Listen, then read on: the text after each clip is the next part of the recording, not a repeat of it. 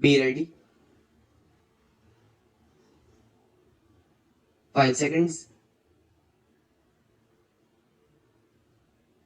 Start. I should like now to make a few observations on the budget. This budget marks a turning point in the history of our country.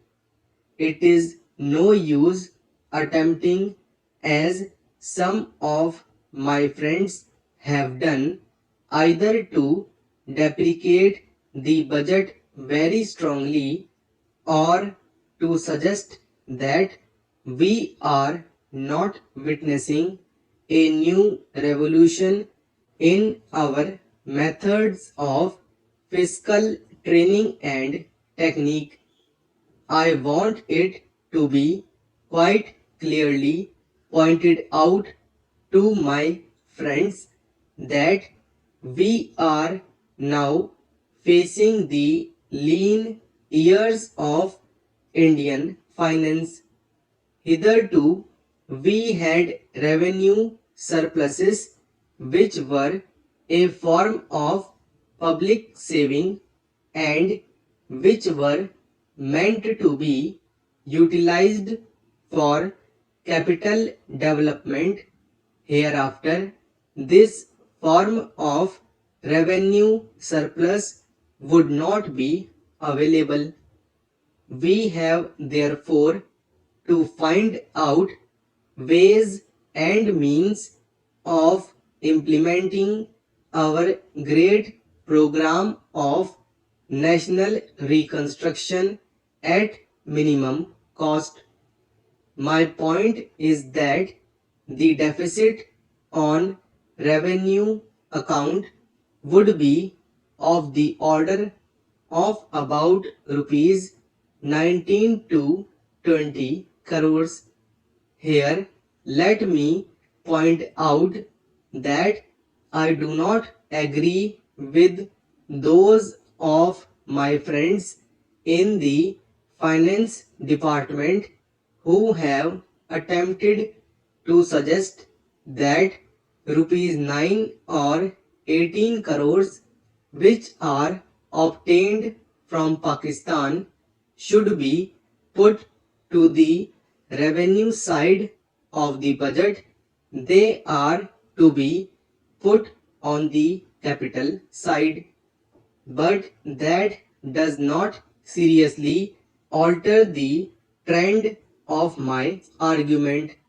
What I am suggesting is that we would have to be prepared for a deficit of a much higher order even on the revenue side. That itself should make us realize that there are very many problems which we have to face and that we have to undertake ways and means of increasing the resources of our country so that it might be possible for us to have a greater amount of surplus or a greater amount of public saving for the purpose of financing capital development. The finance minister, in the course of his speech, Mr. Deputy Minister, pointed out that the deficits during the past 2 years were of the order of rupees 83 crores. I venture humbly to disagree with him because I feel that when we are talking of deficits, we must take into account the overall deficit incurred by the central government, and that would be of the order of rupees 200 crores. During the years of relatively light expenditure, we had a shortfall of about rupees 200 crores. Undoubtedly, now when we are going to have a very great amount of expenditure, we might have a greater amount of deficit, and we would have to find out ways and means of trying to meet our capital expenditure. Some members have pointed out that deficit financing is good. Others have pointed out that it is poison. One honorable member who preceded me pointed out that it could be taken like a tonic.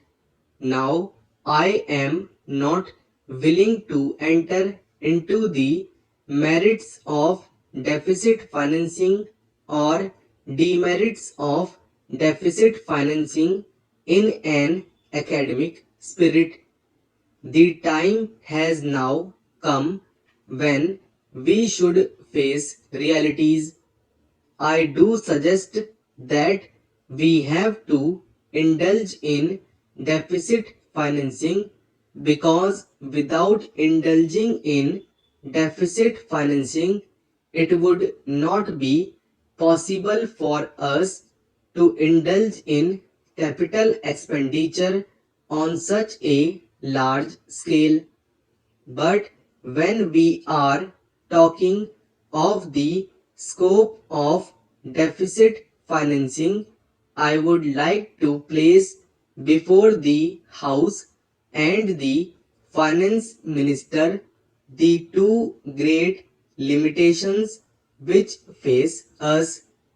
The first limitation that faces us is that concerning the internal price level. The Honorable the Finance Minister referred to the cost of living. He said that he was going to keep a watch over the cost of living so that it may not shoot up within a short period and make a mess of the plans of capital development. But there is another limitation which has also to be borne in mind, a limitation which has not received as much notice as it should have done in all the discussions that have taken place on deficit financing. That limitation is the external limitation, or the limitation which arises on account of our balance of payments position. I think this is as important, Mr. Deputy Speaker, as the internal price level, and I should like to elaborate that particular point a bit more, because I feel that a time will shortly arrive when we might have either to reconsider our policy or might even have to leave the Sterling Club of which we are a member. The second serious limitation is as serious as the first. What would be the consequences of deficit financing on our balance of payments? The finance minister in his budget speech points out that so far as the balance of payments position is concerned, they have now, whether it is by accident or design, a favorable balance, and they have contributed about rupees 63 crores to the dollar pool during the past 6 months.